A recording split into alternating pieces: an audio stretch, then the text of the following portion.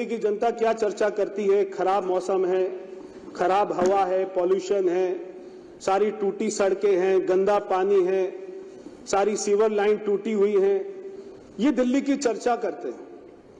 आज जहां पर हैदराबाद को आईटी हब के रूप में जाना जाता है, महाराष्ट्र को फाइनेंशियल हब के रूप में जाना चाहता है, बेंगलोर को स्टार्टअप हब के रूप में जाना चाहता है, मगर दिल्ली को मोस्ट पॉल्यूटेड सिटी के रूप में जाना जाता है।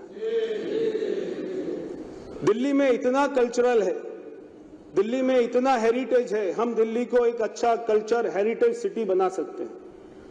हमें भी दिल्ली को देश की, मैं दुनिया की बात नहीं करता, मगर देश की सबसे अंदर सबसे सुंदर सिटी के साथ में लाकर खड़ा करेंगे। ये हमारी सरकार का जो है दृढ़ संकल्प है।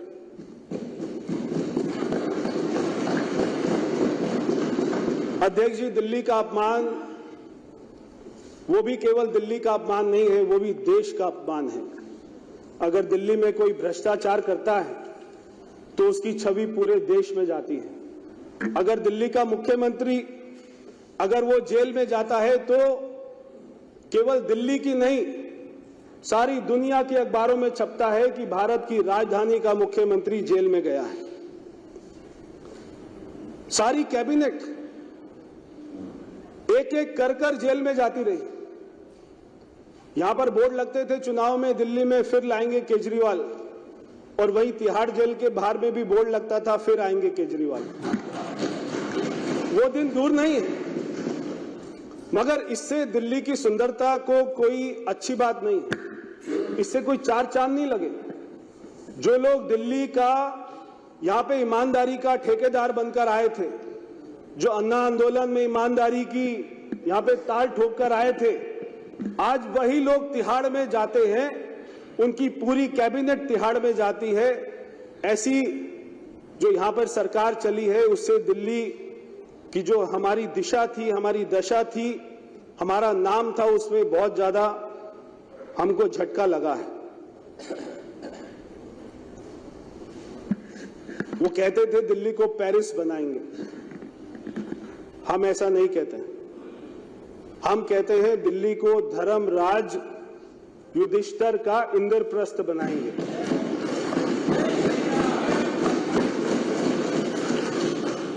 एक समय होता था जब भारत वर्ल्ड लीडर होता था।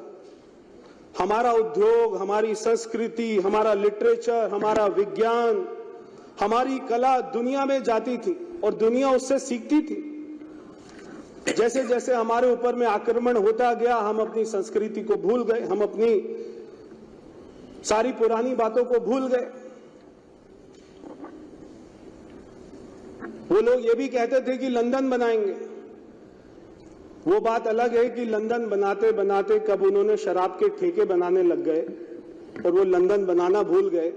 स्कूल के बाहर शराब के ठेके, कॉलेज के बाहर शराब के ठेके, और यहां तक कि शीश महल में भी बार बना हुआ है। अध्यक्ष जी, शीश महल के अंदर भी मुख्यमंत्री ने दिल्ली के टैक्स पेयर के पैसे से, जब मैं आया सुबह अध्यक्ष जी, तो मैंने नीचे ड्रॉअर में देखा ये पेन पड़ा हुआ था। ये जो वो अपनी शर्ट के ऊपर लगा के घूमते थे, वो इसी चेयर पर ही बैठते थे, शायद अपना पेन भूल गए।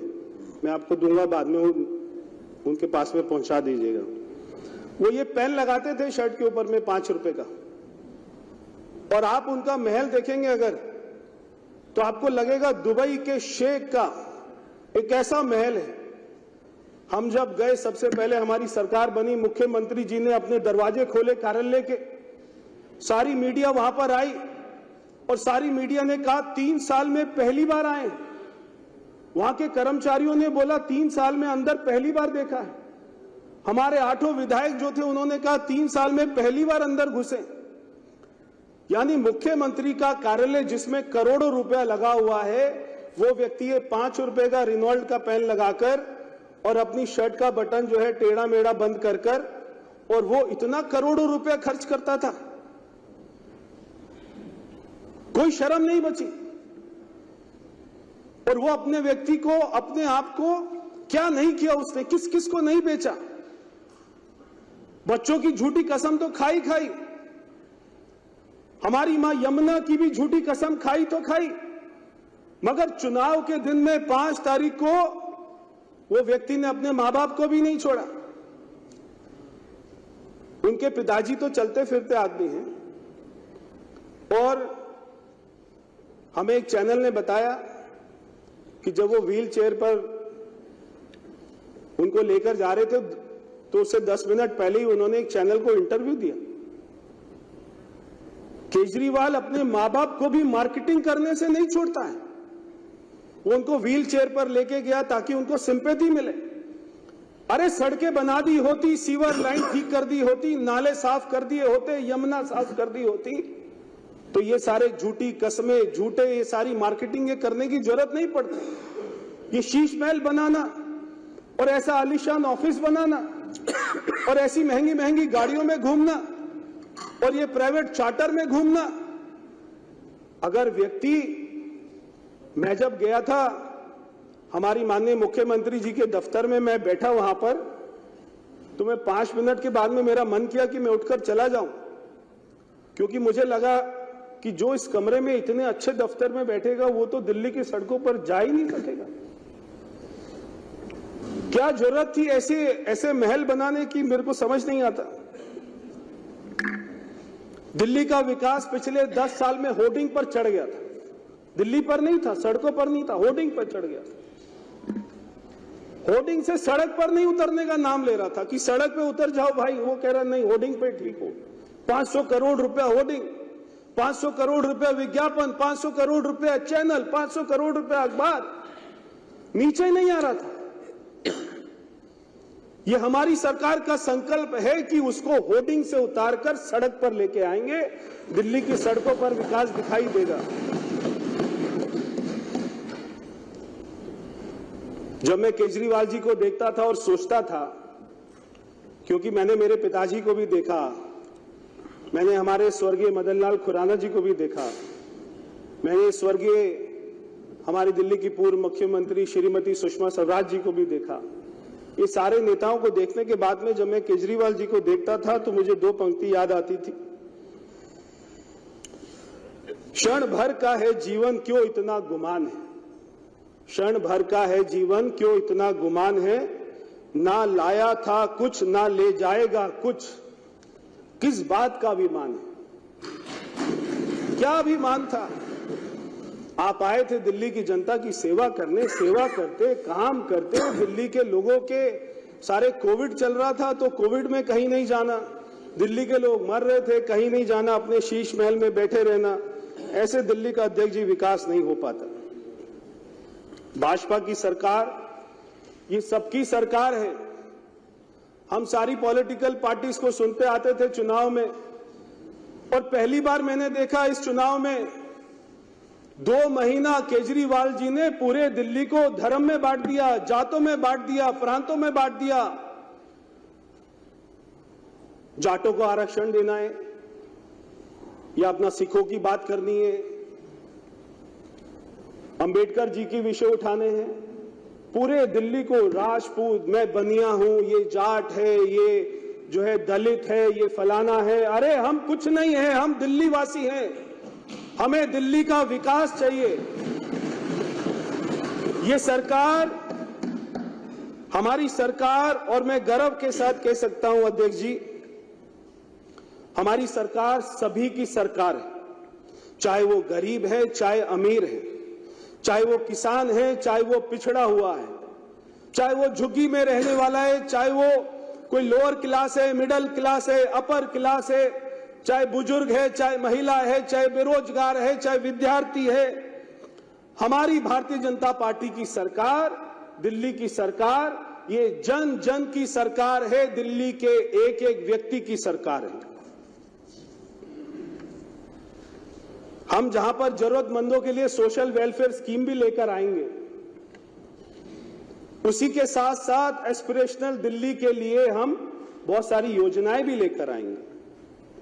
हमने कहा, और ये प्रधानमंत्री जी ने कहा कि 2500 रुपए महिलाओं को मिलेगा, तो 2500 रुपए महिलाओं को मिलेगा।